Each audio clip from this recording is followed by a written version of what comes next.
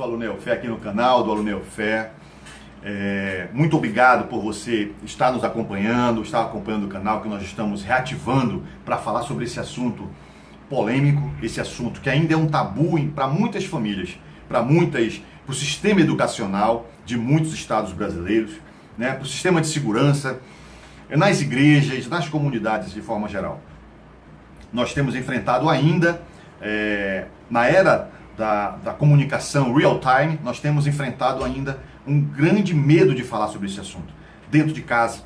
E nós estamos vendo que esse assunto urge, é urgente que nós possamos começar a conversar com os nossos filhos, a buscar informação, a buscar literatura a respeito desse assunto, para nos informar primeiramente e assim nós podermos compartilhar essa informação com a nossa família.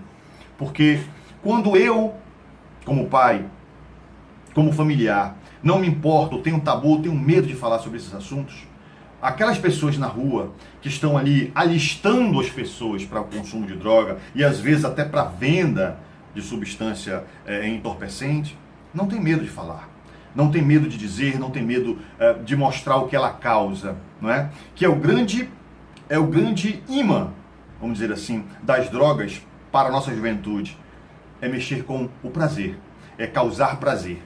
Mas isso vai ser assunto de um outro vídeo, de um outro programa, para a gente falar o porquê que as pessoas continuam, o que atrai as pessoas para as drogas, não é? Depois do primeiro uso, o que faz com que elas se mantenham nas drogas. Hoje nós vamos falar desse impacto, do impacto que a família sofre quando descobre que o seu filho ou a sua filha estão usando drogas. Mas primeiramente eu quero dizer que eu estou muito feliz. Esse último domingo que o Fantástico falou sobre o crack, ele citou dois resultados, dois itens de um resultado de uma pesquisa, que eu fiquei muito feliz, porque essa pesquisa já foi feita aqui, nós fizemos, né? Eu encabecei essa pesquisa no ano de 2009, dentro do nosso instituto, e nós vimos que, ao ver o Fantástico nesse último domingo, que nós estávamos certos. Infelizmente, os governos da nossa região não deram atenção para essa temática ainda, não deram atenção para a pesquisa que nós mostramos, tanto para a prefeitura da época quanto para o governo do estado, mas eu não vim aqui falar mal de governador e nem de prefeito.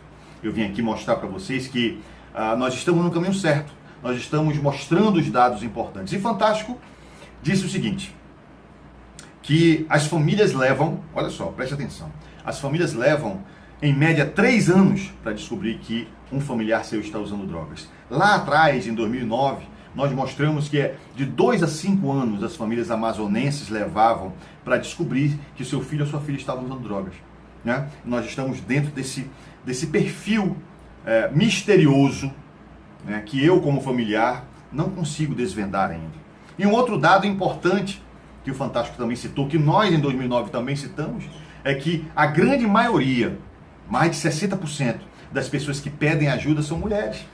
São mulheres e desses mais de 60% que pedem ajuda são as mães, que vão em busca de ajuda para os seus filhos, para as suas filhas, não é? Dentro dessa problemática de drogas. E eu fiquei feliz com isso porque talvez agora, por ser o Fantástico falando disso, os nossos governantes comecem a dar um pouco mais de valor para essa informação. Porque aqui nós já havíamos descoberto isso há muito tempo atrás. Quase 10 anos atrás nós já dizíamos exatamente isso que o Fantástico está dizendo.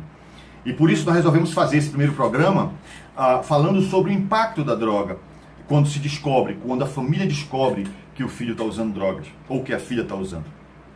Para que isso diminua, para que nós possamos diminuir, porque 2 anos, 3 anos, gente, 5 anos é o suficiente para a pessoa estar dependente químico. Ou seja, aquilo que começou com a brincadeira, aquilo que começou com um convite de um amigo, para uma curtida, né, para uma festa, hoje, depois desse tempo todo, se transforma numa doença, numa enfermidade, né, com um difícil retorno. Não estou falando impossível não, porque eu não acredito no impossível. Eu não acredito que sair das drogas seja impossível, né? Isso vai ser motivo de um outro programa também. Eu quero falar para você hoje desse impacto, que eu cito no meu livro chamado Drogas, Universo Paralelo, vai aparecer a capa dele aqui em cima, esse livro, Drogas, Universo Paralelo, que eu escrevi há 10 anos atrás. Hoje está com uma edição atualizada, Mas há 10 anos atrás eu já falava sobre isso, sobre 3 pontos básicos que a família vive ou sofre quando descobre que o seu filho está usando droga. Primeiro é a descoberta, que normalmente não é uma descoberta porque o filho chega e conta: mãe, ô mãe, eu estou usando droga. Ou a filha chega: mãe, o pai, eu conheci a maconha, eu conheci a cocaína e estou usando com meus colegas da escola. Não. Isso é muito difícil de acontecer, quase que impossível.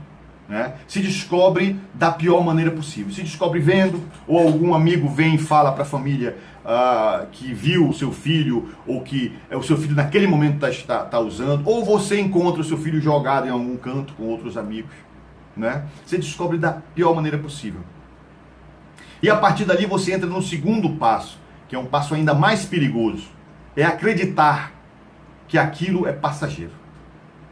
Muitos pais, pasmem os nossos corações, acreditam que aquilo vai acabar tão rápido quanto começou. E aí é que nós nos enganamos, gente.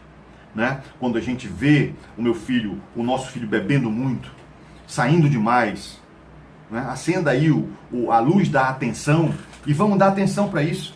Porque às vezes a gente vai, não, isso é fase. Fase? Não. Fase é alegria, é felicidade. Fase não pode ser isso. Eu preciso acompanhar meu filho, eu preciso estar próximo dele. Porque aí vem outro tipo de substância, não é? Vem outro tipo de droga que vai fazer com que ele se prenda e se aprisione ainda mais. Essa é a história de 80% das pessoas que já tiveram ou que ainda estão com problemas com drogas. Por que vai ser diferente? Não é? Mais de 80% das pessoas, eu digo isso de cátedra, porque trato pessoas com problemas de drogas, mais de 80% tem essa mesma história, esse mesmo quadro. Muda nome, muda bairro, muda família, muda a cor do cabelo, mas a história é muito parecida. E aí eu, como pai, acredito que aquilo é temporário, que aquilo é passageiro, e não tomo nenhuma providência, não procuro ajuda, não procuro conversar, me aproximar dos meus filhos. Nesse quesito eu quero abrir um parêntese. Há profissionais da área da saúde mental que acreditam que pai só tem que ser pai, mãe só tem que ser mãe. Não pode ser amigo, não pode ser companheiro. Eu discordo plenamente disso. Profundamente disso. Eu acredito que pai e mãe podem ser tudo, inclusive inimigos em alguns casos, infelizmente. Pai pode ser amigo, pai pode ser companheiro, pai pode ser... Pai, quando eu falo pai, eu falo mãe também, né? Pai e mãe podem ser amigos, podem ser companheiros, podem ser confidentes. E precisam estar próximos. Né? Eu estava fazendo uma palestra para umas 50 mães, e uma das mães levou uma filhinha de seus 12, 13 anos. E no meio da palestra, a filha subitamente levanta da cadeira e diz assim: mãe, como é que se beija? Aí as mulheres caíram na gargalhada, né? Você que é mulher, tô brincando, você sabe, caiu todo mundo na gargalhada. E eu fiquei quieto, calado, pensando o que eu ia fazer com aquela informação. E aí eu tive uma sacada.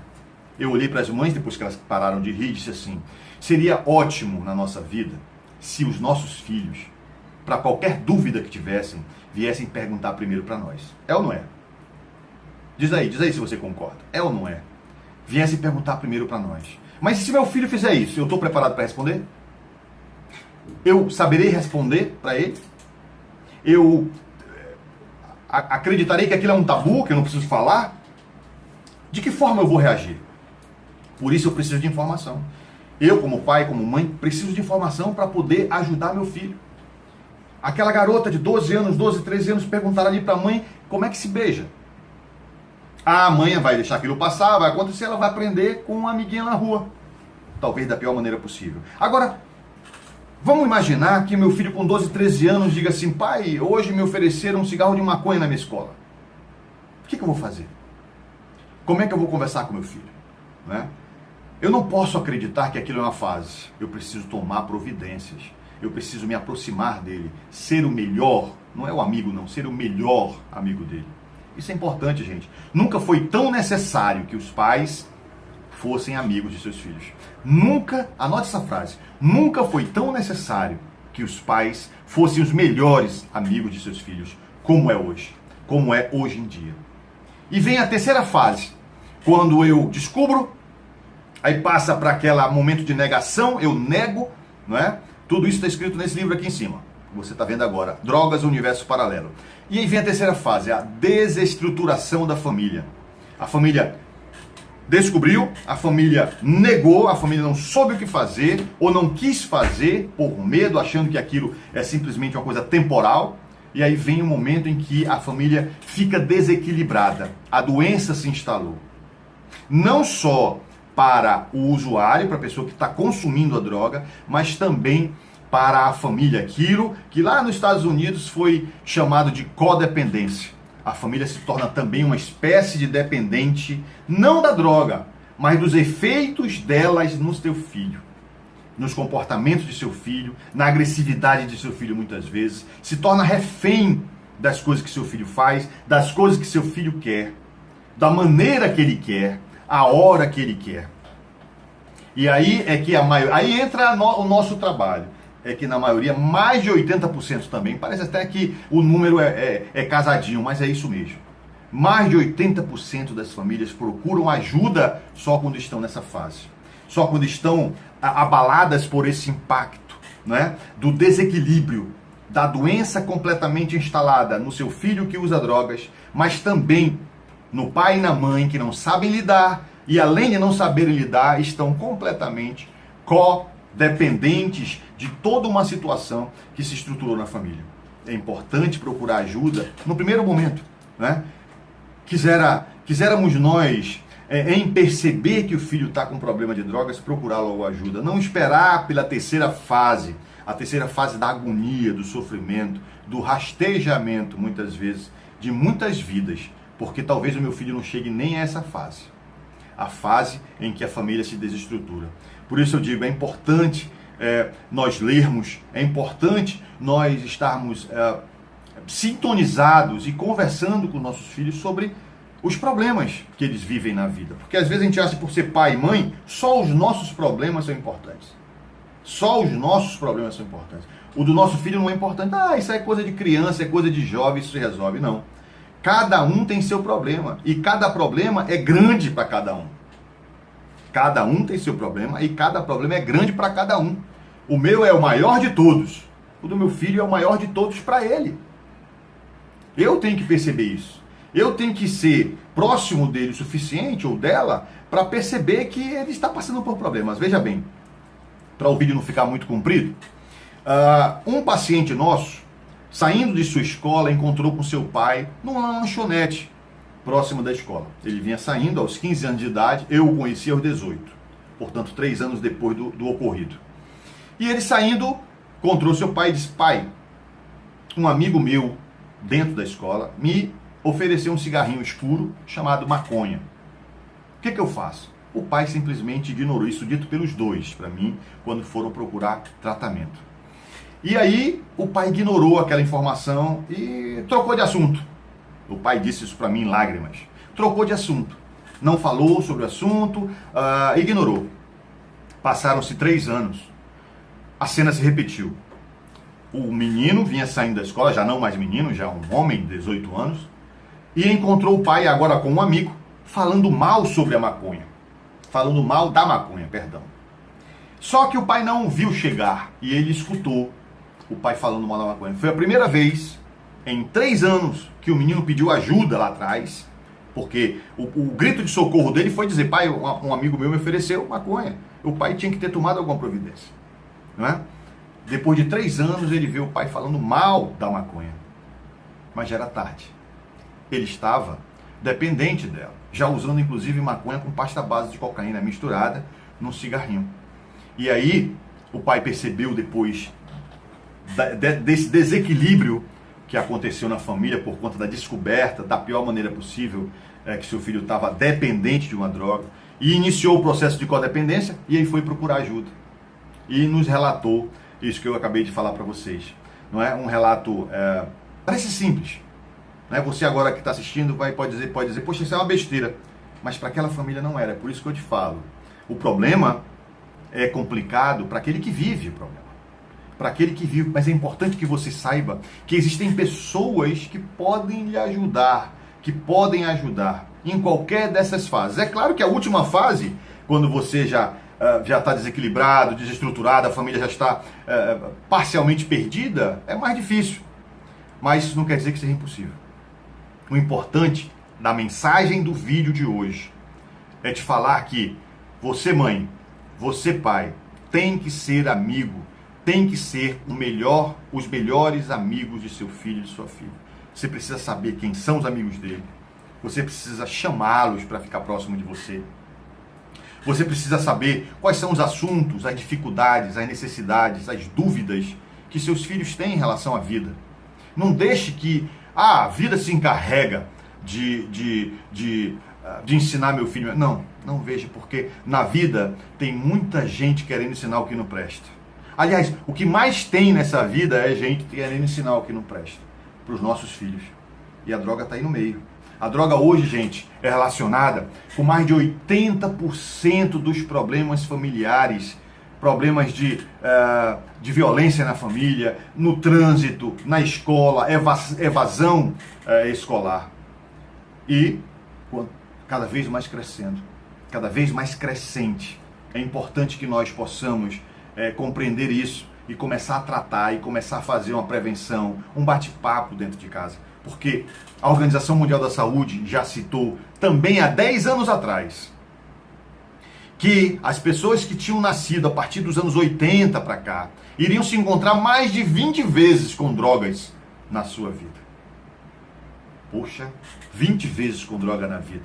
Que é isso? É pouco, é muito? Não importa. O que importa é o que os nossos filhos vão fazer quando se encontrarem 20 vezes com droga na vida. Eles vão evitar, eles vão ter conteúdo, segurança para evitar, eles vão provar e sair logo, ou eles vão pular de cabeça nessa piscina.